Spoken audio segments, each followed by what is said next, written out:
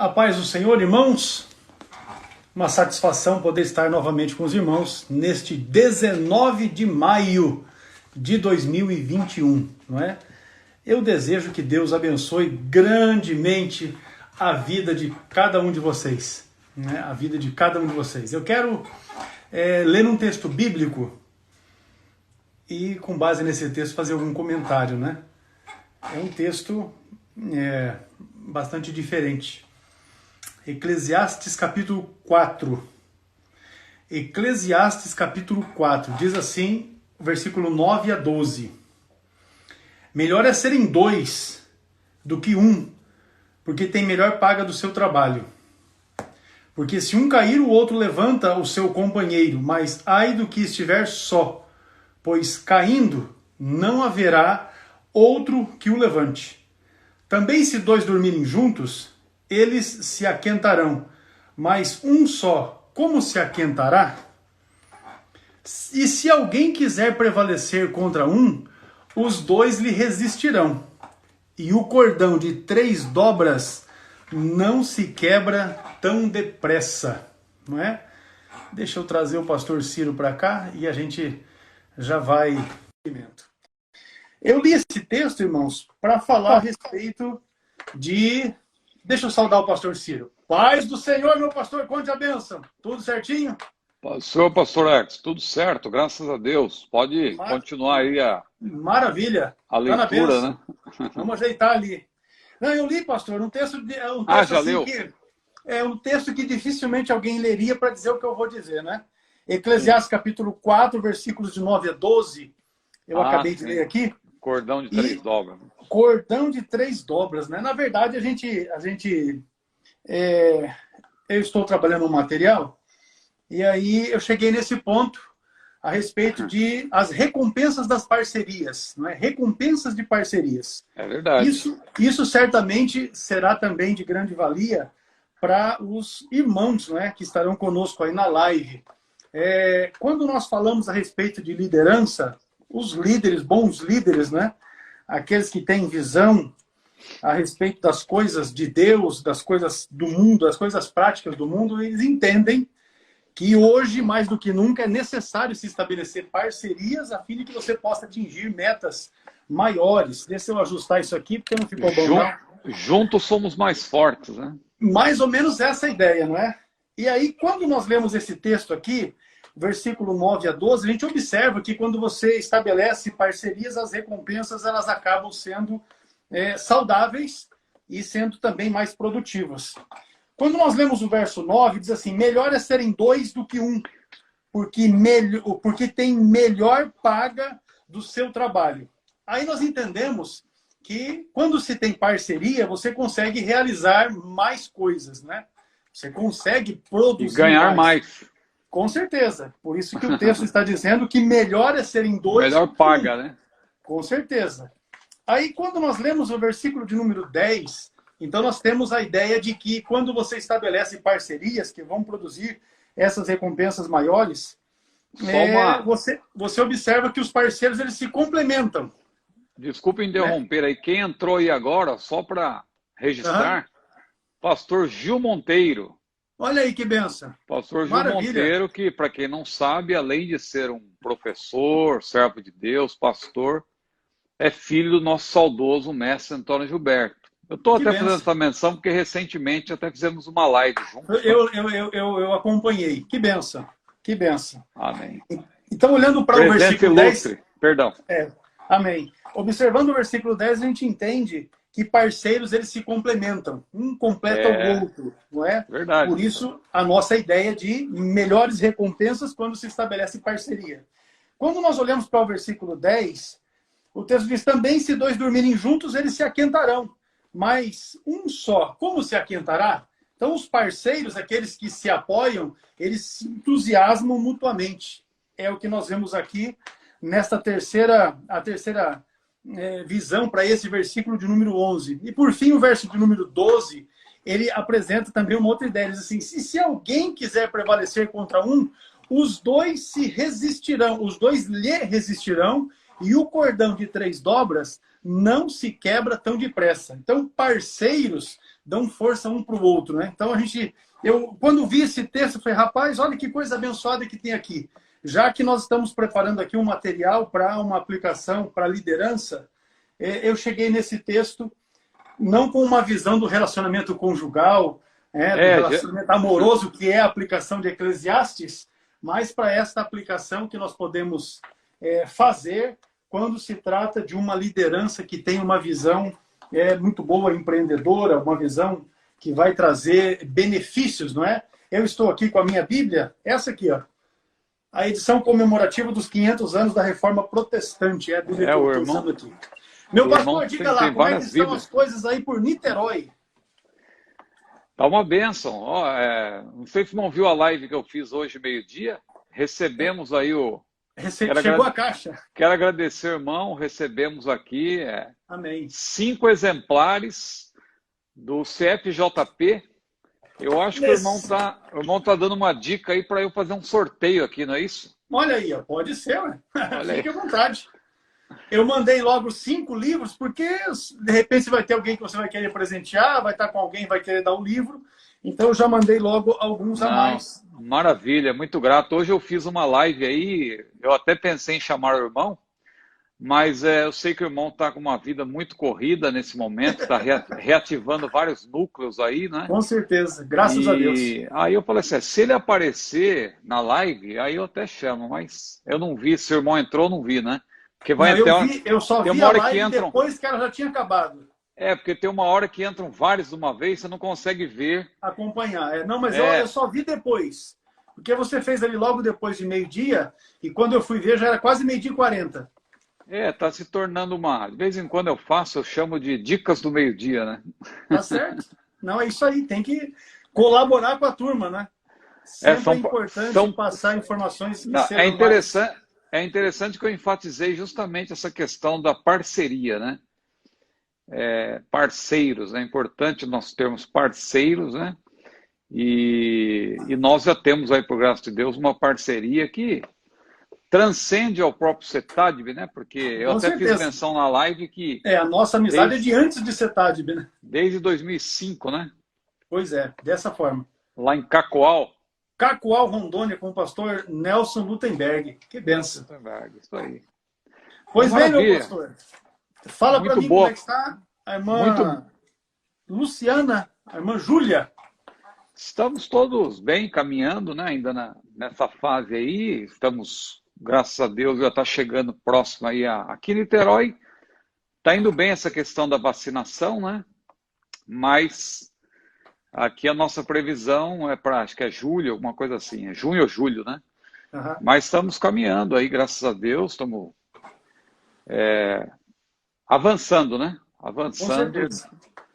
Avançando. Eu que estou numa faixa etária assim, de juventude, entendeu? Então, a vacina vai demorar. Nós estamos aí na mesma... com certeza. Mas aqui em Apucarana está andando rápido, a vacinação está indo rápido.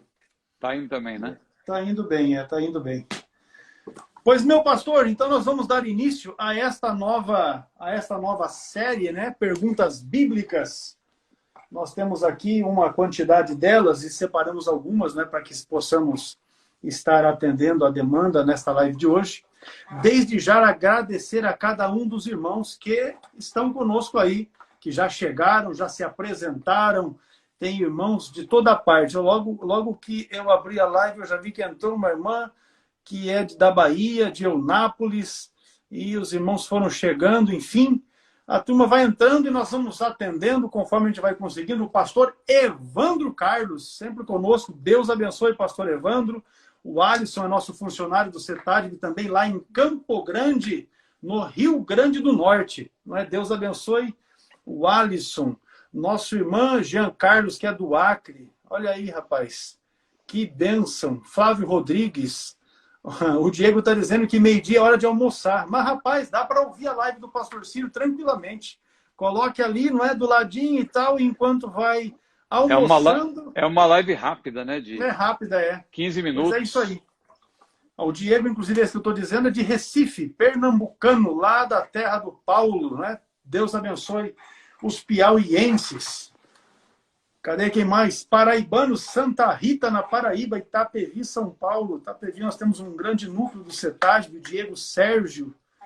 Irmão Dei Jacir, de Aparecida de Goiânia. Esse é aluno recente do CETAD, São João do Meriti, Sergipe. Vamos avançando. Meu pastor diz ali, o Jardim do Éden era na terra ou no céu? Olha aí. Jardim do Éden. O pessoal tem dúvida ainda? Pois é. É só ler Gênesis, né? É claro que nós que cremos que a Bíblia é a palavra de Deus, não temos dúvida, né? Mas é bom ler. Talvez alguém não tenha lido com atenção ainda.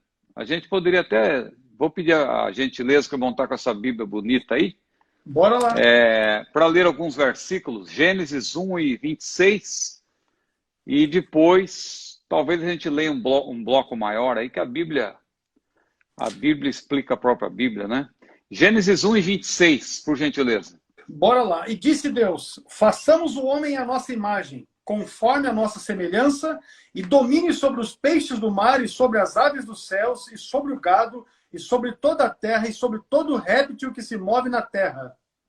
Bom, aí diz domine sobre toda a terra, né? Alguém dirá, não, mas tal, para dominar, você pode dominar a terra não estando na terra, né? Bom, mas aí já está claro que a pergunta é sobre se o Jardim do Éden é no céu ou na terra. Mas se alguém quiser um detalhe maior, um detalhamento maior, aí é o capítulo 2, 7 a... Não sei se o irmão poderia ler aí, são versículos curtos. 7 a 17, por gentileza. Bora lá. E formou o Senhor Deus o homem do pó da terra, e soprou em seus narizes o fôlego da vida. E o homem foi feito alma vivente. E plantou o Senhor Deus no jardim do Éden, da banda do Oriente, e pôs ali o homem que tinha formado. E o Senhor Deus fez brotar da terra toda a árvore agradável à vista e boa para a comida, e a árvore da vida no meio do jardim, e a árvore da ciência do bem e do mal. A árvore foi plantada no meio do jardim. Versículo meio do 9, jardim. Diz que formou, pôs na terra, tal. Bom. Pronto. Versículo 10. E saía um rio do Éden para regar o jardim. Agora, se dividia e se tornava em 4 braços. Desculpa eu fazer o irmão ler todos esses versículos. Não, porque aí agora começa a apresentar informações geográficas. Com certeza. Para a pessoa saber que é na terra mesmo. Aí, por gentileza. Com certeza. Isso aí existe até hoje. O versículo 10 diz que do Éden saía um rio que se dividia em 4 braços. O primeiro, versículo 11, o nome do primeiro é Pison. Este é o que rodeia toda a terra de Avilá, onde há ouro. E o ouro desta terra é bom. E ali há o bidélio e a pedra sardônica. Versículo 13. E o nome do segundo rio é o Gion. Este é o que rodeia toda a terra de Cuxi. E o nome do terceiro rio é Idekel. Este é o que vai para a banda do oriente da Assíria. E o quarto é o rio Eufrates. E tomou o Senhor Deus o homem e o pôs no jardim do Éden para o lavrar e o guardar. E ordenou o Senhor Deus ao homem, dizendo, de toda a árvore do jardim comerás livremente, mas da árvore da ciência do bem e do mal dela não comerás, porque no dia em que dela comeres, certamente morrerás. Então, será que há alguma dúvida de que o jardim do Éden era na terra? Terra. Creio que a própria leitura aí já responde a pergunta, né? Fica bem claro. Fica bem claro, né, pastor Arcos? Acho que com certeza. Não precisa nem explicar, né? Não, essa ficou bem clara. Às vezes os irmãos têm dúvidas, e eu observei porque o indivíduo faz uma pesquisa, às vezes na internet, e quando faz a pesquisa na internet, tem que tomar muito cuidado, não é? Porque você acessa lá, por exemplo, o site das Testemunhas de Jeová, .org, e lá tem questionamentos a respeito disso. E tem grupos que não creem que a narrativa da criação é literal. Com certeza. Eles acreditam que é uma fábula e tal, né? Mas o próprio Senhor Jesus citou Adão e Eva, né? Ele citou a narrativa ali. Então, quer dizer, com certeza. Não há dúvida de que Gênesis 1 e 2 deve ser tomado literalmente, né? Porque a Bíblia não nos dá permissão. Porque a Bíblia interpreta a própria Bíblia, né? Eu só posso dizer que uma passagem é alegórica se o próprio texto, porque o texto se impõe, não é? O texto se impõe. Quando a gente diz que a Bíblia explica a própria Bíblia, é porque o texto, no seu contexto, ele se impõe, né? Eu não posso alegorizar o que é literal e nem literalizar o que é alegórico. Quando o texto é alegórico, ele se impõe, né? E aí, quando a Bíblia diz, por exemplo, lá em Apocalipse 12, que a mulher estava vestida do sol, né? Já pensou se eu tomar isso aí literalmente? Então a mulher teria derretido, né? Como Com certeza, vestida do se queimaram sol. todinha. Então quer dizer, só pode ser, o texto se impõe. Aí é alegórico, o contexto, os detalhes mostram que deve ser tomado de maneira figurada, né? Tem alguma, claro que representa algo que vai acontecer no futuro, mas é alegórico. Agora, nesse caso de Gênesis, não. A Bíblia está citando aí Deus criando, Deus formando, Deus pondo o homem no jardim para Na dominar, para terra, para lavrar a lavrar, terra. né? Está tudo muito claro, não é? Com certeza. É por isso que é importante afirmar que nem tudo você pode dar um Google, porque às vezes as respostas que estarão lá não são as respostas que estão em conformidade com aquilo que a palavra de Deus ensina. É verdade. Pois vamos lá então, seguindo avante aqui, meu pastor. Sara era a mesma irmã de Abraão ou de Abrão, ou era apenas sobrinha dele? É importante esclarecer, porque se a pessoa ler só Gênesis 11, ali a passagem que fala do pai de Abraão, dos irmãos de Abraão, dá a entender, e menciona Sara também, dá a entender que dá a entender uma coisa e depois você vê que é outra, né? Então, antes de a gente explicar isso aí, deixa eu só fazer um pequeno esclarecimento. Algumas considerações iniciais. Abraão aí, ou Abrão, né? Ele estava começando, quando a gente lê o capítulo 12 de Gênesis, o fim do capítulo 11 e o início do capítulo 12, a gente vê que Abraão estava iniciando a sua caminhada com Deus, ele estava começando a se relacionar com Deus, né? Então, tanto ele quanto Sara, claro, estavam presos a algumas práticas que Deus, claro, não aprovava, mas Deus, naquele primeiro momento, ele tolerou, né? E eu estou dizendo isso para que a gente não compare nada do que acontecia naquele tempo com os dias de hoje, porque há uma tendência também de pessoas de não analisarem a Bíblia como um todo e tal, e tomarem passagens isoladas da Bíblia e começarem a dizer, se Abraão fez, eu também posso fazer. Se Abraão era assim, eu também posso. Cuidado, alto lá. Tem que analisar dentro do contexto, inclusive o contexto histórico. Então, Abraão e Sara, naquele momento, estavam presos a algumas práticas, né? Não podemos comparar, fazer uma comparação com os dias de hoje. Então, Deus permitiu aquela relação deles, né? Claro que Deus não aprovava relações incestuosas que viriam a ser condenadas na lei mosaica, mas naquele tempo ainda Deus não havia dado a lei. A nação de Israel, o povo de Israel ainda não tinha sido formado. Claro que seria a partir de Abraão, né, através da bênção de Deus dada a Abraão, mas ainda Deus não tinha dado a lei. Agora, então, explicando o que está em Gênesis. Sara, de fato, era irmã de Abraão, mas ela era o que nós poderíamos chamar hoje de meia-irmã, né? Meia-irmã, porque em Gênesis 11, 26, a gente pode ler também. Vamos ler, por gentileza, pastor Eros. Gênesis 11, 26. E viveu Tera 70 anos e gerou a Abrão, a Naor e a Arã. Então Tera era o pai de Abraão. Aí fica claro. Aí poderíamos ver outros versículos, mas vamos direto para o capítulo 20, versículo 12 de Gênesis. Olha o que diz aí, Gênesis capítulo 20, versículo 12. Várias pessoas ilustres entrando aí. Gênesis capítulo 20, versículo 12. E, na verdade, é ela também minha irmã, filha de meu pai, mas não filha de minha mãe, e veio a ser minha mulher. Então Abraão deixa claro aí que Sara era sua irmã por parte de pai. Ou seja, esse texto mostra que ela era também filha de Tera. Mas, naquela época, Deus permitiu esse tipo de... Não é que Deus aprovava, Deus tolerava, né?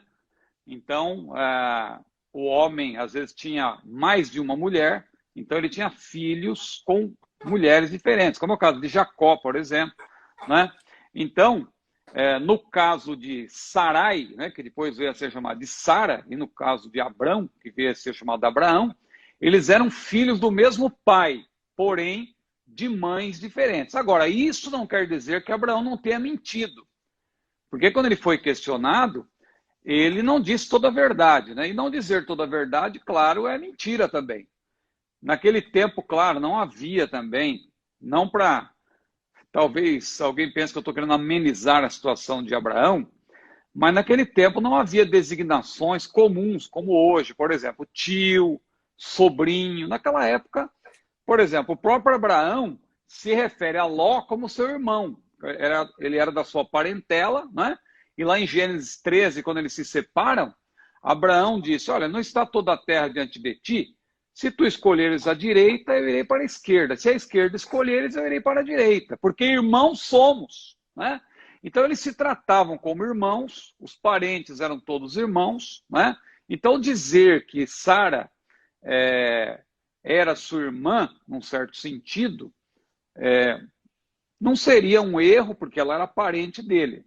Mas ele disse isso para, na verdade, aliviar ali um problema, porque ele não disse claramente que ela era sua esposa. Então, ele usou, sim, de um certo jeitinho ali, como diríamos hoje, né, para escapar daquela situação. Mas eu não quero aqui ampliar essa questão, só queria dizer objetivamente, então, respondendo a pergunta. Sara era meio-irmã de Abraão, meia-irmã, né, de Abraão, né, porque ela era irmã apenas por parte de pai. Mas mesmo assim, hoje, claro, isso é considerado uma relação incestuosa. Para a época, Deus tolerou, né? Não que Deus aprovava, porque depois veio a lei, Deus proibindo isso. Mas na época, como Abraão ainda estava iniciando a sua caminhada, estava preso ainda a algumas questões, Deus tolerou. Né? Então, por isso eu dou essa ênfase para que ninguém pense, eu não preciso de Bíblia, Abraão não precisou de Bíblia. Tem um movimento hoje em dia assim, né? Lamentavelmente. Abraão não precisou de Bíblia, ele andou com Deus, não tinha Bíblia. Mas hoje é diferente. Hoje, até tem uma pergunta que a gente pode esclarecer sobre isso, que é a pergunta sobre João Batista, né? Que nós somos de um Novo Testamento. E nós temos privilégios, mas também a nossa responsabilidade é maior. É maior. Com certeza. Então está claro. E a respeito da Diná, a Diná ela nunca é contada como filha de Jacó, né? Quando se fala a respeito da linhagem de Jacó, cita só os rapazes, né?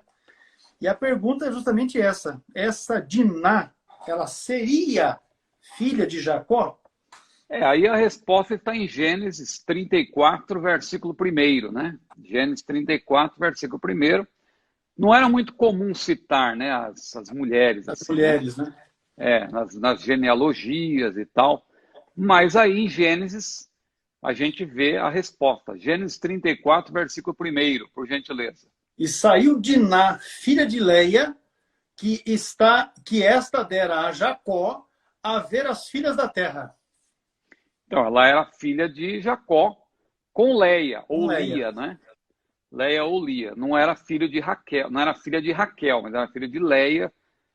Jacó teve filho tanto com Raquel como também com Leia. Né? Então, a resposta está dada também. Diná era, sim, filha de Jacó.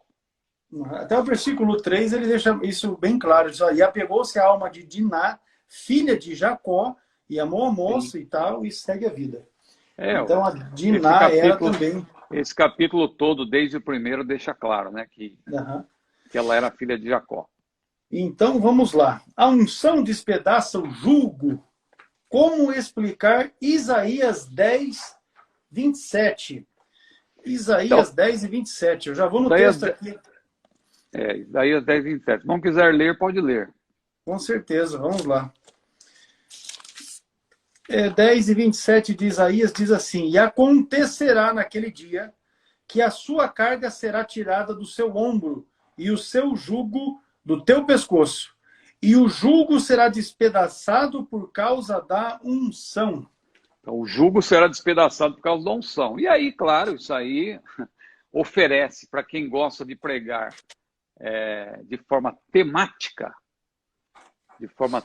Aqui, o assunto agora, irmãos, é Isaías 10 e 27, tá certo?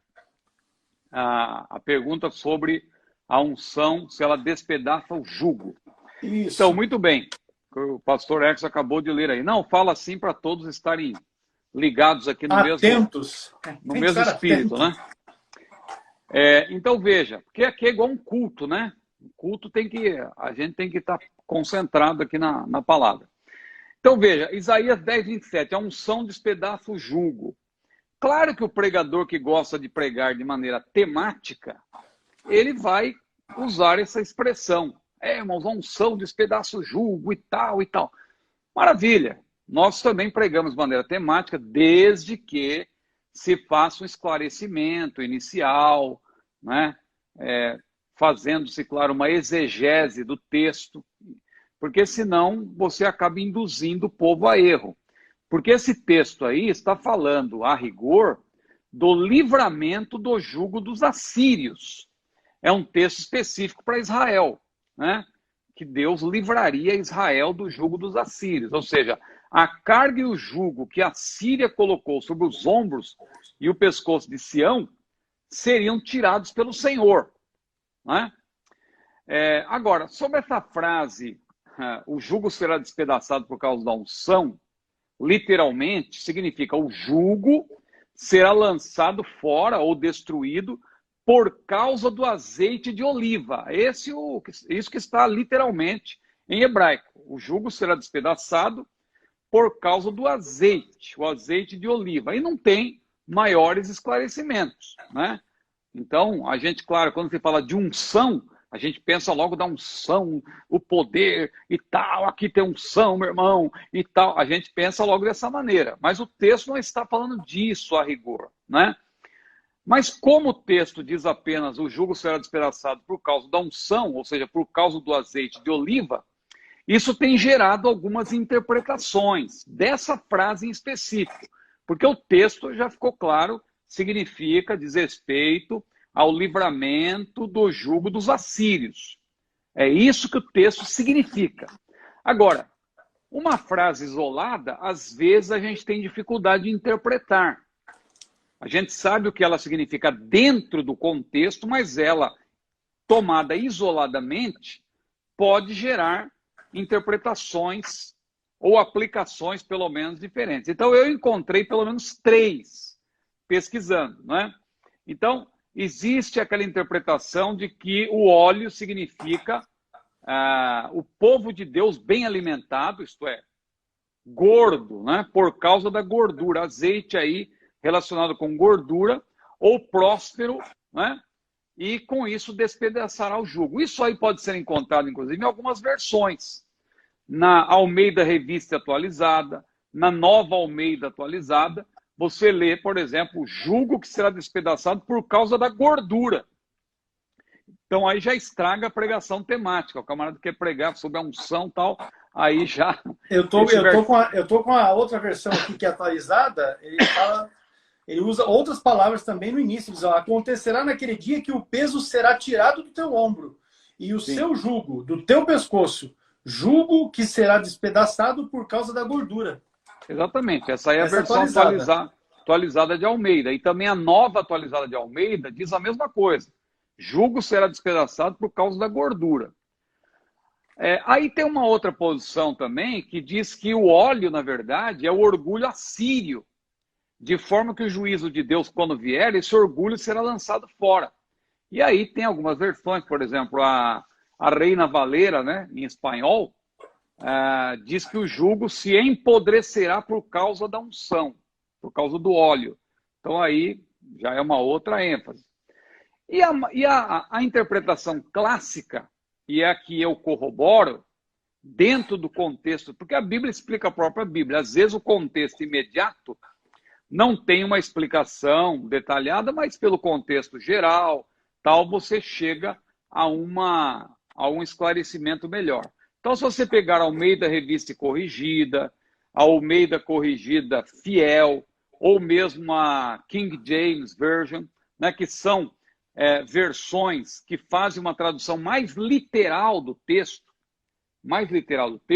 aí que você encontra essa interpretação, né, a unção será despedaçada por causa do jugo, e aí autores como, por exemplo, Stanley Horton, naquele comentário de Isaías, e outros, dizem que essa unção muito possivelmente, claro, é uma referência à unção do próprio Espírito Santo, porque o óleo também representa o Espírito Santo. Então, esse jugo seria quebrado pela presença de Deus, pela presença do Espírito Santo, ou pela presença do próprio Messias, porque Messias, em hebraico, né, de origem hebraica, ou Cristo, no grego, significa justamente ungido, ou seja, ungido, aquele que foi ungido com azeite, né? Azeite de oliva, como está aí no texto. Então, o importante é saber que essa expressão não deve ser tomada isoladamente, porque ela faz parte de um todo, e o significado aí é justamente o livramento do poder dos assírios. E Deus quebraria esse jugo dos assírios por meio da unção, né? Que, claro, se é Deus que está fazendo, a interpretação mais óbvia aí é que essa unção representa justamente uma aplicação à obra do Espírito Santo. O Espírito Santo agindo, o Espírito de Deus agindo para quebrar esse jugo. Então, fazendo esse esclarecimento, claro, você pode pregar. Estou aqui, eu já vi até tema de congresso com isso aí, né? O jugo despedaça a unção, não sei o quê, pregadores famosos.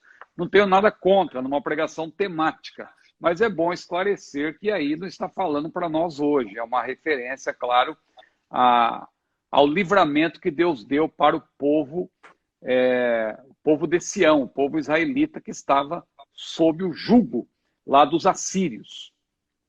Maravilha. Então está aí respondido. A gente não vai mencionar o nome do aluno, né, que fez essa pergunta, porque não é o caso aqui. Mas o fato é que em algum momento você vê a aplicação da seguinte forma: só você que está debaixo de um problema, esse problema é o jugo. A unção do Espírito, essa que o pastor está se referindo, ela vai arrebentar com o seu problema. E na verdade é uma falsa promessa, né? Vamos lá.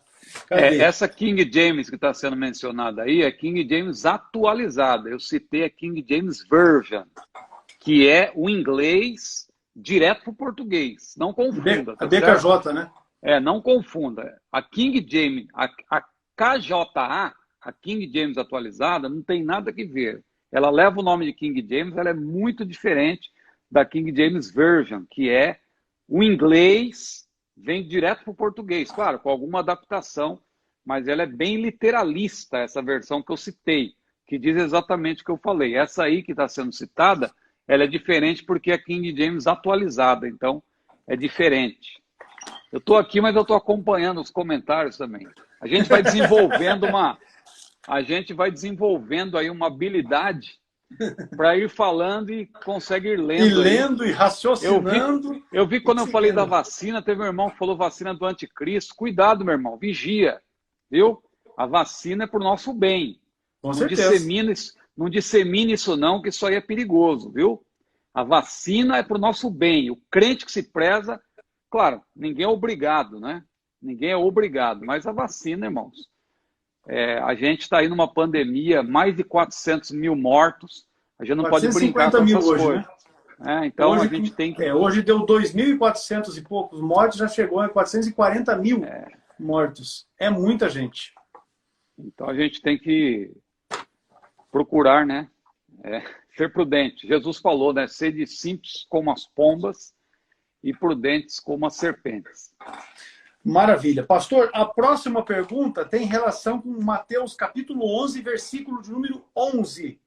A próxima pergunta. Então eu vou ler o texto para ficar fácil, que a pergunta que o aluno fez é como explicar esse versículo. O texto diz assim: em verdade vos digo que entre os que de mulher têm nascido, não apareceu alguém maior do que João Batista, mas aquele que é menor no reino dos céus é maior do que ele. Esse versículo assim, né, sendo lido, realmente gera uma dificuldade. Porque, veja bem, João Batista é o maior, mas ao mesmo tempo Jesus disse que o menor no reino dos céus será maior que João Batista. O que Jesus quis dizer com isso? Porque, inclusive, quando a gente prega, a gente até enfatiza, tá vendo? João foi o maior dentre os profetas e tal. Então, o que Jesus quis dizer com isso, né? Que, em verdade, vos digo que entre os que de mulher tem nascido, não apareceu alguém maior do que João Batista. Mas aquele que é menor no reino dos céus é maior do que ele. O que Jesus quis dizer com isso? Bom, em primeiro lugar, pastor Hercules e audiência seleta aqui da nossa live. João Batista, uma explicação rápida. Ele faz a transição, né, entre o Antigo e o Novo Testamento. Porque a Bíblia fala do ministério profético, inclusive estudamos na lição da Escola Dominical de domingo passado sobre o ministério de profeta, a próxima é o ministério de evangelista, né? Que nós vamos estudar. Né? Então, veja, quando nós falamos de ministério profético hoje, não vá confundir com o ministério profético do Antigo Testamento. O ministério profético nos moldes do Antigo Testamento, Jesus foi claro, durou até João Batista, porque Jesus falou, os profetas e a lei profetizaram até João Batista. Ou seja, João Batista, apesar de ser um personagem do Novo Testamento, ele é o último profeta nos moldes do Antigo Testamento. Ou seja, ele é o último profeta do Antigo Testamento e é aquele que representa o início de um novo ministério. Um novo ministério profético que começa a rigor com Jesus. Né? Porque Jesus foi o que iniciou a dispensação da graça. A lei foi dada a Moisés, a graça e a verdade vieram por Jesus Cristo. Só que João Batista, ele veio para ser o precursor. Ele ficou exatamente no meio, ele fez a transição, como se ele tivesse passado o bastão, né? Ele foi o último e ele passou o bastão. Então ele foi o último e nesse caso, ele não foi apenas o último. Jesus deixa claro que ele foi o maior profeta nesse sentido, dessa antiga aliança, desse antigo pacto. Nesse antigo pacto, ele foi o maior. Ele cumpriu a sua missão, ele foi o maior. Ele veio com a unção de Elias e tal, e tudo se cumpriu ali, tudo se encerrou em João Batista e Jesus deu início a um novo período. Agora, a aliança que Jesus veio trazer é uma aliança superior. E isso está claro em Hebreus. Eu vou pedir para o irmão ler, por gentileza, Hebreus capítulo 8, versículo 6. 8 e Hebreus 6. 8 e 6. Mas agora alcançou ele ministério tanto mais excelente, quanto é mediador de um melhor concerto, que está confirmado em melhores promessas. Então, um melhor concerto, ou como diz na versão atualizada, uma superior aliança. Mediador de uma aliança superior, instituída com base em promessas igualmente superiores. Então aí, os irmãos já vão ter uma ideia de como nós somos privilegiados. Por isso que Jesus diz que aquele que é menor no reino dos céus é maior do que João Batista. Por quê? Porque nós somos maiores em que sentido? Porque nós fazemos parte de uma nova aliança que é melhor e com melhores promessas em relação ao Antigo Testamento. Veja, só para fazer alguma comparação, no Antigo Testamento, para ser um sacerdote, o que o camarada tinha que ser? Primeiro, tinha que ser um israelita. Segundo, tinha que ser o que mais? Tinha que ser levita, né? Tinha que ser da tribo de Levi. Terceiro, tinha que ser da família, da linhagem de Arão. Quarto, tinha uma série de requisitos que ele precisava ter, que incluía até perfeição do ponto de vista físico, praticamente, né? Não podia ter belida no olho, não podia ser cego, não podia ter membros demasiadamente compridos, braços e pernas, né? Não podia ser anão, não podia ter nem testículo quebrado, que alguém rico na Bíblia fala disso, mas é que a linhagem sacerdotal tinha que continuar. Ou seja, o camarada não podia ter problema aí nessa parte que é para reprodução, né? Porque a linhagem tinha que continuar. Isso tem uma aplicação também na vida espiritual, né? Porque Paulo mesmo falou, eu vos gerei. Nós temos que gerar filhos, espiritualmente falando. Agora, o pessoal já está perguntando de qual tribo somos nós. Estou fazendo uma aplicação espiritual. Então, veja, na antiga aliança, para ser sacerdote, tudo isso a pessoa tinha que ter. Hoje é diferente. O irmão que está perguntando da tribo, hoje não tem nada que ver. Porque hoje nós somos sacerdotes em outro sentido. Todos são sacerdotes, espiritualmente falando, né? Pedro disse, vós sois a geração eleita, o sacerdócio real, a nação santa, o povo adquirido, para que anuncieis as virtudes daquele que vos chamou das trevas para a sua maravilhosa luz.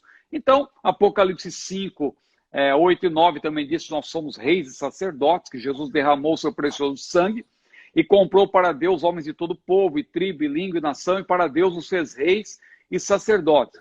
Então, pastor Ecos, nós, nessa nova dispensação, nessa nova aliança, nós somos maiores. Em que sentido? No sentido de que nós temos um privilégio maior. Nós pertencemos a uma aliança melhor, melhores promessas, né? Veja, nós temos um conhecimento melhor do que João Batista. João Batista, com todos os elogios que ele recebeu, ele nem sabia que Jesus teria que voltar para o Pai para depois vir novamente. Ele achava que Jesus ia resolver tudo na primeira vinda. Tanto que quando ele estava preso, ele mandou perguntar, és tu Messias mesmo? Ficou em dúvida, porque ele achava que Jesus ia resolver tudo, porque os profetas, ele era um profeta nos moldes do Antigo Testamento.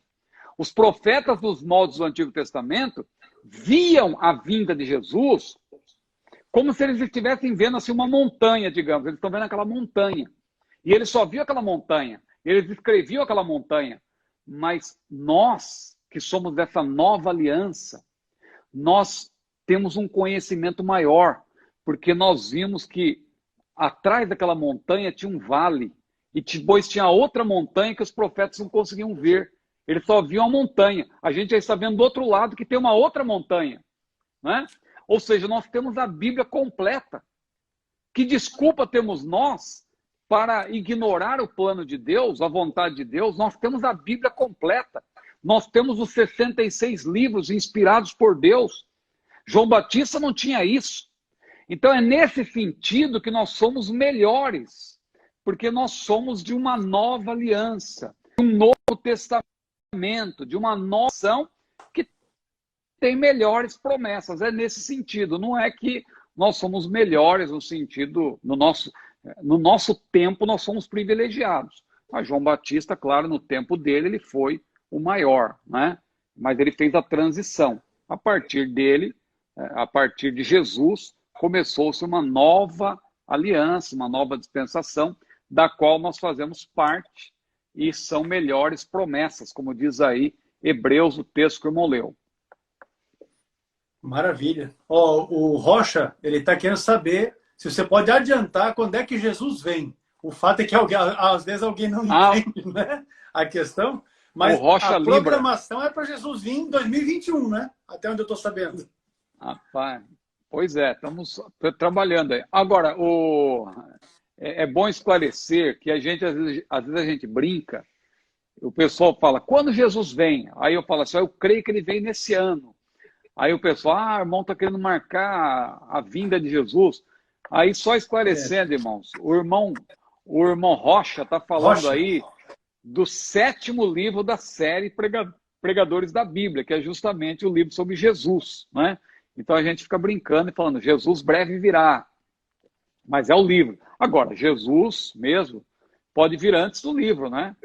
Então, se ele vier, que maravilha. Aí a série vai ser completada lá no céu, né? Amém. Ele próprio vai se revelar para nós de uma maneira gloriosa, né? Lá no céu. Então não precisa mais de livro. Agora, senão alguém vai pensar, poxa, o pastor Ciro está andando muito com o pastor Ezequias, né? Aquele um. Aquele um que viu os cavalos amarelos andando por aí. Eita Deus. Tem um pessoal aí Pois vamos lá, meu pastor. Vamos seguindo aqui. Vamos seguindo aqui. Vamos adiante. Jesus vem, com certeza vem. Pastor, a respeito dos zelotes, Jesus tinha um discípulo que era zelote? Sim, Jesus tinha um discípulo que era zelote, que é o também chamado como Simão Cananeu, né? Que era conhecido como zelote, que era uma designação, claro, política, né? Até o cananeu também não era uma designação geográfica, era uma designação política, como consta lá o termo grego em Lucas, né? Que ele usou para substituir o hebraico. Então, tudo indica que esse Simão Cananeu, que também é chamado de zelote, tudo indica que ele era mesmo membro da seita dos zelotes, ou dos zelotas, né? Que eram, de acordo com os historiadores, nacionalistas rigorosos. Eles eram, assim, a esquerda da época, né? Eles, se bem que eram nacionalistas, mas eles eram rigorosos, formavam um partido de oposição fanática, né, aos romanos, e a Galileia foi a sua sede, representada por essa ala esquerda, aí, né, como dizem alguns historiadores da política daqueles tempos. O líder dessa seita, dos zelotes, se chamava Judas Galileu. É interessante que ele era conhecido como o Galileu. O nome dele era Judas, mas ele era conhecido como o Galileu. Então veja que o Simão Cananeu, ele deixou de seguir um Galileu para seguir outro Galileu. Só que aí tem um contraste muito grande, porque quando ele foi comparar os dois Galileus, claro, ele viu aí que tinha uma diferença muito grande. Porque o Galileu Jesus Cristo era um pacificador, o outro era um violento líder de motins, né? De acordo com a história. Os meios empregados pelos grupos liderados pelos dois eram também antagônicos, né? Quanto aos seus próprios objetivos. A missão dos discípulos de Jesus era propor de modo pacífico a adesão a um reino na terra. Não nacional, mas universal. Agora, os discípulos do outro Galileu, Judas, eles confiavam na espada ou no punhal, né? Muitos desse grupo dos zelotes eram chamados também de sicários. Veja que o termo sicário, hoje em dia, é usado como sinônimo de terrorista. As pessoas hoje em dia não pesquisam a origem e falam tal sicário, mas naturalmente, mas se você for pesquisar a origem, você vai ver que sicário é por causa da palavra sica, que sica significa adaga, né? Naquela época, os terroristas sicários, que formavam parte também do grupo dos zelotes, eles escondiam essa sica na túnica, na manga da túnica, né? A adaga, né? O punhal. E ali, no meio da multidão, eles tiravam aquela adaga e matavam pessoas. Cometiam atos terroristas, a faca. Veja que hoje em dia a gente tem visto isso, mas não é novidade, já acontecia no primeiro século. Os sicários. Inclusive, um grupo de sicários foi contratado para matar Paulo. Mas graças a Deus, Deus estava no controle de tudo. Ali um jovem, seu parente, ouviu a história, levou lá para Paulo, que estava preso, né? E Paulo mandou que ele avisasse lá o tribuno, o Cláudio Lísias. E quando o rapaz avisou Cláudio Lísias então arregimentou seu exército, ali um grupo de soldados, e transferiu Paulo, tirou Paulo de onde ele estava e levou Paulo para Cesareia, para que ele pudesse ali, claro, ter proteção, né? Porque os sicários estavam aproveitando a oportunidade, quando Paulo saísse do lugar onde ele estava para comparecer diante do Sinédrio, era uma trama do próprio Sinédrio. Membros do próprio Sinédrio queriam matar Paulo. Então eles contrataram esses sicários aí, né? E os sicários, eles também formavam um grupo dos zelotes. Os zelotes também eram considerados os terroristas da época. E veja que interessante, né? Um desses homens acabou se convertendo e se tornou discípulo de outro Galileu, o Galileu pacificador. Ele era discípulo de Judas Galileu, que era o líder dos zelotes, que era um camarada que queria, que matava, que cometia atos terroristas e tal. Só que Jesus não. Jesus era um pacificador. Agora, pouco sabemos a respeito Simão Zelote, que aparece 4 vezes no Novo Testamento, mas só nas listas. Não tem detalhes sobre ele. Ele aparece nas listas dos 12 apóstolos. Em Mateus 10:4, em Marcos 3:18, em Lucas 6:15, e também em Atos 1:13 ele aparece. E, de acordo com John Fox, no livro dos Mártires, ele teria, né? Aí é levantamento do próprio John Fox, né? A gente confia na fonte, porque John Fox é um camarada que merece crédito. Ele diz que esse Simão Zelote possivelmente pregou o evangelho na Mauritânia, na África, e até na Grã-Bretanha, onde foi crucificado no ano 74 depois de Cristo. É esse discípulo aí. Olha o pastor Evandro aí, tá rindo. Eles estão brincando aí. Fundador da Wikipédia. Se eu fosse, eu tava bom de dinheiro, hein?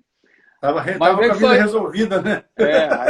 Aí seria uma parceria melhor ainda aí com o Capaz, pensa, né? No negócio. Pensa.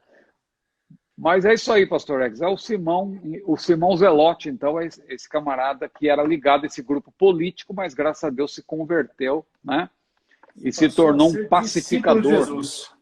Olha a irmã Daniene aí. Irmã Daniene, estamos orando pela irmã, hein? Hoje ela pediu oração, né? Disse que estava com problemas e tal, mas estamos orando ainda pela irmã Daniene Vieira. Maravilha. A pergunta que não quer calar é: o que foi que o anjo disse para consolar Jesus no Getsemane? Essa é a pergunta que está aqui. E eu estou aqui, sou só ouvido junto com toda essa turma que está conosco hoje para saber o que foi que o anjo disse para consolar Jesus no Getsemane. Essa aí o pastor Evandro Carlos deve ter a resposta, porque ele é um grande pesquisador aí dessas curiosidades bíblicas e tal. Olha ele aí. Mas falando sério aqui, olha, é interessante que Lucas 22:43 menciona esse caso, né? Quando Jesus foi consolado por um anjo. Os outros evangelistas não mencionam. Só que, por outro lado, Mateus e Marcos falam dos anjos que serviram a Jesus quando ele foi tentado, logo após sua tentação. E Lucas já não menciona isso. Então veja como a Bíblia, os evangelhos, eles se completam. A gente não tem muito o que dizer, né? Sobre Lucas 22:43, o verbo aí no grego, eniskuo no grego, significa ser fortalecido, né? No sentido de receber poder ou força, claro, da parte de Deus. Então Jesus ali, ele foi animado, fortalecido, recebeu uma palavra de ânimo, só que a Bíblia não diz o conteúdo. O anjo foi enviado por Deus, certamente, para consolar, para confortar, para animar Jesus naquele momento. A Bíblia não diz o conteúdo. Lá em Mateus 4:11 e Marcos 1:13, que eu citei, o verbo é outro, não é enisku, é diaconeu. Interessante, né? Diaconeu, que significa servir. Veja que os anjos ali fizeram o papel de diáconos, né? Serviram, diaconeu. Então, os anjos são diáconos também, né? Tanto que eles são enviados em favor dos que hão de herdar a salvação, né? Para servir, justamente. Então, eles são diáconos. Agora, o verbo aí no grego, Lucas 22:43, eniskuo, significa ser fortalecido. Jesus foi fortalecido com aquelas palavras. Esse verbo, aliás, só aparece 2 vezes. Só aparece aí e lá em Atos 9, eu creio que é no versículo 19, quando fala de Paulo também, que ele, quando Ananias orou por ele foi curado, né? Caíram as escamas dos seus olhos, e ele se sentiu ali animado, fortalecido. Ali também aparece o mesmo verbo no grego, eniskuo, né? Que tem a ver com esse en, aí é um prefixo do grego, né? E iskuo significa força, poder. Uma palavra da moda aí o pessoal fala empoderado, né? Então é mais ou menos isso. Jesus, ele recebeu ali um ânimo, né, da parte de Deus por meio daquele anjo, né, uma injeção de ânimo. Ele foi ali confortado, mas no sentido de receber ali ânimo para enfrentar aquela grande dificuldade que ele enfrentaria, claro, a cruz, morreria como homem, né, por nossos pecados. Claro que ele nunca deixou de ser Deus, esse é um mistério, mas ele venceu como homem. Então, por isso, ele precisou daquela palavra de fortalecimento da parte de Deus. Mas o conteúdo a Bíblia não diz. Maravilha, maravilha. Foi uma palavra de consolo, de conforto, né? Foi a palavra suficiente para que Jesus dissesse para Deus, olha, se for possível, passe de mim esse cálice, contudo não seja o que eu quero, mas que seja feita a tua vontade. E eu acho que certamente foram palavras muito animadoras, né? Muito animadoras. E então vamos lá, meu pastor, para a última de hoje. Meu Deus, mas será que Pedro, é a pergunta, não sabia que aquilo era um teste de Deus para ver se ele desobedeceria a Deus e por isso recusou a ordem de Deus? Aí está fora de contexto, mas a única vez que eu me lembro que eu respondi uma pergunta sobre aquele caso de Atos 10, né? Eu acho que o irmão, quando fez a pergunta, foi pensando nisso. Relacionado àquilo. Acho que o irmão poderia ler aí, por gentileza, só para a gente situar no contexto. Uhum. Atos 10 e 14, porque eu lembro que eu fiz uma menção e acho que gerou essa pergunta aí. Atos 10 e 14. Mas Pedro disse, de modo nenhum, Senhor, porque nunca comi coisa alguma, comum e imunda. O que eu quis dizer quando eu respondi, que eu citei isso aí, é que é uma resposta paradoxal. Porque ao mesmo tempo que ele reconhece que era o Senhor que estava falando com ele, ele diz de modo nenhum. Ou seja, e aí acho que a ênfase que eu dei, que o irmão, talvez ele não entendeu bem, é que eu falei assim, como você pode dizer não para o Senhor? O servo não diz não, o servo obedece, né? Então, por isso que eu falei que é paradoxal Pedro dizer para o Senhor de modo nenhum. Se Deus falou para ele, mata e come, quando ele teve aquela visão, né, dos animais ali considerados imundos, e Deus falou, mata e come, né, que era justamente para ele pregar aos gentios. Era para ele pregar justamente aos gentios. Muito bem, então, pastor Ecos, é importante dizer aqui que o servo, quando eu falei isso, então a pergunta ao nosso irmão, será que Pedro não sabia que aquilo era um teste? Veja, falando de teste, Abraão, por exemplo, não questionou quando Deus mandou Abraão oferecer seu próprio filho, né? Então Abraão não questionou, ele obedeceu. O servo deve obedecer. Agora, claro, a gente faz aqui sempre uma ponderação. Hoje Deus não vai fazer isso. A mesma coisa que fez com Abraão. A gente volta para o início, né? Abraão, ele vivia num outro contexto, ele não tinha a Bíblia como nós temos hoje, né? A lei sequer tinha sido dada por meio de Moisés, né, para o povo israelita, nem nação israelita havia naquela época, de fato, né? Então, claro que o tratamento de Deus com Abraão foi um tratamento diferente. Ele é exemplo para nós, o exemplo de fé, foi justificado pela fé, mas ele não tinha a Bíblia completa como nós hoje. Então, hoje a Bíblia, sem dúvida, ela é lâmpada para os nossos pés e luz para o nosso caminho. E Deus, de maneira nenhuma, vai dar para nós a mesma ordem que deu para Abraão, oferecer o seu próprio filho. Ali era um teste que Deus fez com Abraão, né? E Abraão obedeceu, só que Deus, claro, não queria. Deus não aceita sacrifícios humanos, né? Deus já tinha providenciado um carneiro que Abraão viu ali preso pelas pontas, né? Então, só que o exemplo que eu estou dando é que Abraão não questionou. O servo de Deus verdadeiro, ele não questiona seu Senhor. E hoje, claro, isso vale para a palavra de Deus. O que a palavra de Deus diz para nós, nós obedecemos. Porque Deus fala conosco pela sua palavra, né? Então foi nesse sentido que eu falei que Pedro, ele deu uma resposta um tanto quanto paradoxal, porque ele disse de modo nenhum Senhor. Ele disse não para o Senhor. Ele reconheceu que Deus é Senhor, mas ao mesmo tempo disse não. Então, eu não penso dessa maneira, como o irmão diz, que Pedro sabia que era um teste. Não, eu acredito que não. Eu acredito que foi mesmo um ato ali que Pedro cometeu, equivocado, né?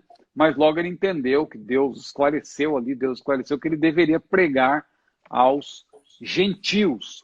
E Pedro, graças a Deus, obedeceu e foi lá, pregou para Cornélio, e o Espírito Santo caiu sobre a sua casa, e assim ali, de uma maneira oficial, o evangelho foi levado aos gentios. Se bem que já tinha sido levado antes por meio de Filipe, quando ele pregou em Samaria, ali mais ou menos, né? Samaria ainda não era totalmente uma nação, um povo gentílico, mas depois, quando ele pregou ao eunuco, o eunuco levou a palavra também lá para a Etiópia. Então, só que de maneira oficial, a gente considera Atos 10, quando Pedro prega lá em Cesareia para Cornélio. E aí, então, ele começou o ministério com os gentios, mas depois Pedro se tornou o apóstolo para os judeus. E Paulo que veio a se tornar o apóstolo dos gentios. Veja que Deus, alguém até diz que Deus escreve certo por linhas tortas. Isso não está na Bíblia não, viu, irmãos? Só que Deus, ele inverteu aí a ordem das coisas. É o Pedro, que era um camarada mais, digamos assim, sem muito conhecimento, se bem que ele tinha conhecimento, ele andou com Jesus, ele foi treinado pelo próprio Jesus, mas ele não era um conhecedor como Paulo, acabou se tornando um apóstolo com maior destaque entre os hebreus. E Paulo, que era um hebreu, era um fariseu, claro, ele teve também uma ascendência entre os judeus, mas depois ele veio a se tornar o apóstolo dos gentios. Mas eu acabei aqui abrindo aqui vários parênteses, acho que eu abri um colchete também, deixa eu fechar e voltar aqui, porque a live já chegou ao fim, não é? Certo, meu pastor. O detalhe é que muitos às vezes não se apercebem da questão do servo, né? Porque o servo, na verdade, no contexto ali, não tinha vontade própria. O servo tinha sua vontade para o seu senhor. E porque nós vivemos num contexto sociopolítico, cultural, muito diferente daquele do contexto em que a Bíblia foi produzida, alguns irmãos não conseguem atingir essa compreensão de qual era a relação de servo na qualidade de escravo, de não ter vontade própria. Hoje nós estamos aqui, qualquer coisa que fere a nossa liberdade, não. Nós estamos numa democracia. Pois é, a Bíblia não foi escrita debaixo de democracia. E a relação ali era uma relação do tipo, eu mando, você obedece, está tudo certo. Que se você não me obedecer, a coisa vai ficar complicada. E às vezes os irmãos não têm não conseguem atingir essa perspectiva. E nesse caso aí em específico era a ordem vinda do próprio Deus, né? Com certeza, com certeza. Então... Hoje o camarada, não, eu sou servo de Deus, mas Deus manda ele fazer e ele não faz. E fica de boa, achando que está tudo certo e tal. Mas na verdade está desobedecendo ao próprio Deus. E é interessante que o pessoal fala assim, não, eu sou amigo, esse negócio de ser servo não é comigo não. Só que Jesus foi claro também. Vós sereis meus amigos se fizerdes o que eu vos mando. Ou seja, não é porque você é amigo que você deixa de ser servo, né? Abraão foi chamado amigo de Deus, só que ele, quando se apresentava diante de Deus, qual era a postura dele? Era de servo.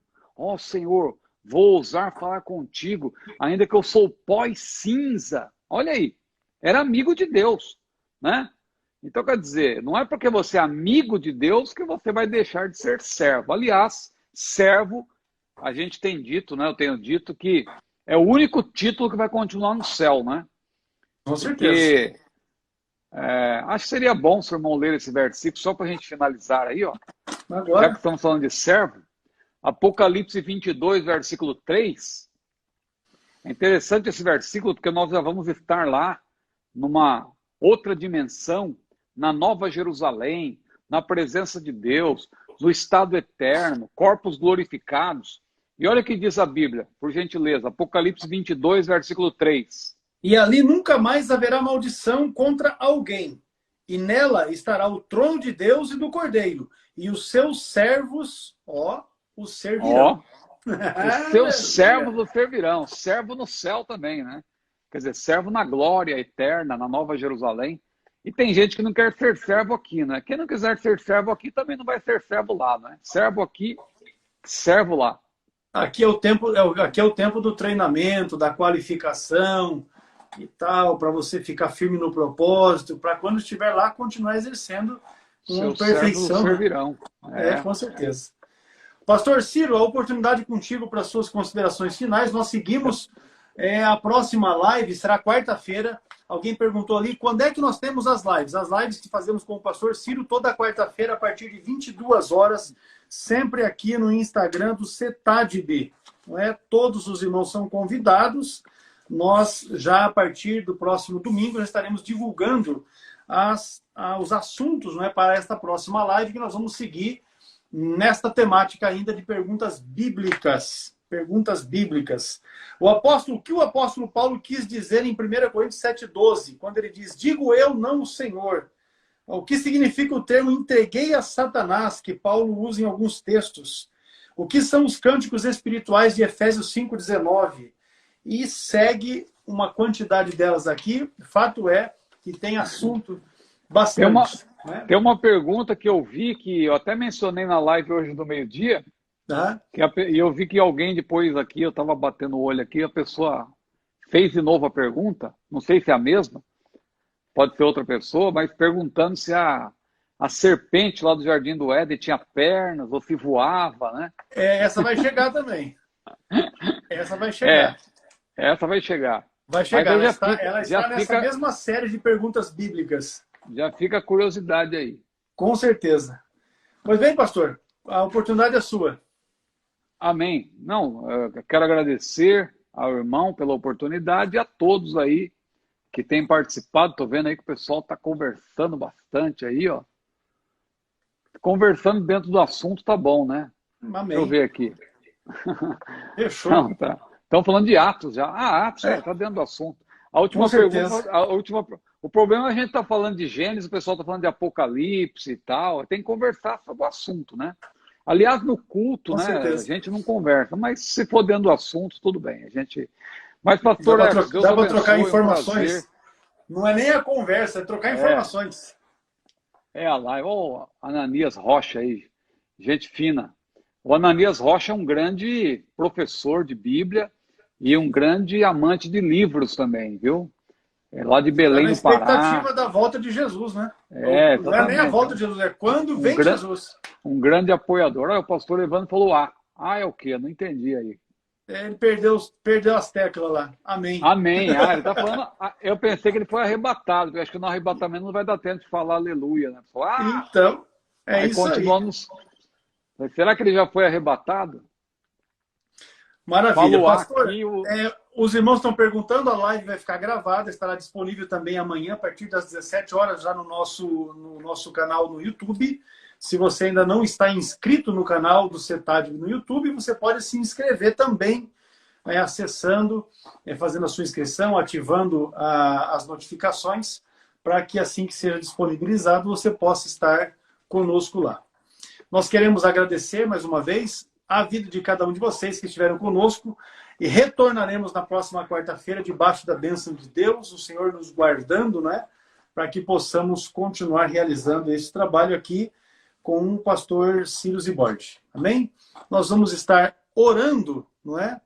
Nós vamos estar orando e encerrando a nossa transmissão de hoje. Amado Deus, nós te bendizemos, nós te adoramos e glorificamos, porque o Senhor tem sido conosco, o Senhor tem sido maravilhoso, tem suprido cada uma das nossas necessidades, tem cercado as nossas vidas dos teus cuidados e nos abençoado e nos livrado desta praga que assola o mundo. Continua, ó Deus, abençoando as nossas vidas, a nossa família, o nosso ministério, o trabalho que realizamos para o Senhor, a nossa vida pessoal e também profissional.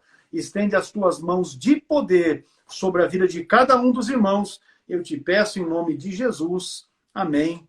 E graças a Deus. Meus irmãos, Deus abençoe mais uma vez. Não é? Vamos seguindo por aqui. Quarta-feira retornaremos aqui para mais uma live de número 62. Pastor Ciro, Deus abençoe. Saudação aí para a irmã Júlia, irmã Luciana. Amém. Oremos pela irmã Daniene aí, ó, que tá Está precisando das nossas orações. Viu? Amém. Vamos colocar na oração, informando os irmãos que a gente tem um período de oração no CETADB diariamente, pela manhã, a partir de 7h15 da manhã, e também à tarde, quando nós encerramos o expediente, encerramos mais cedo, temos também um período de oração. E os irmãos têm enviado os períodos de orações para o e-mail do CETADB, oração@cetadb.com.br, e você enviando para ali, fique certo que nós estamos intercedendo pelos pedidos que chegam para a gente, tanto pelo e-mail, oração@cetadb.com.br, como também no site, não é?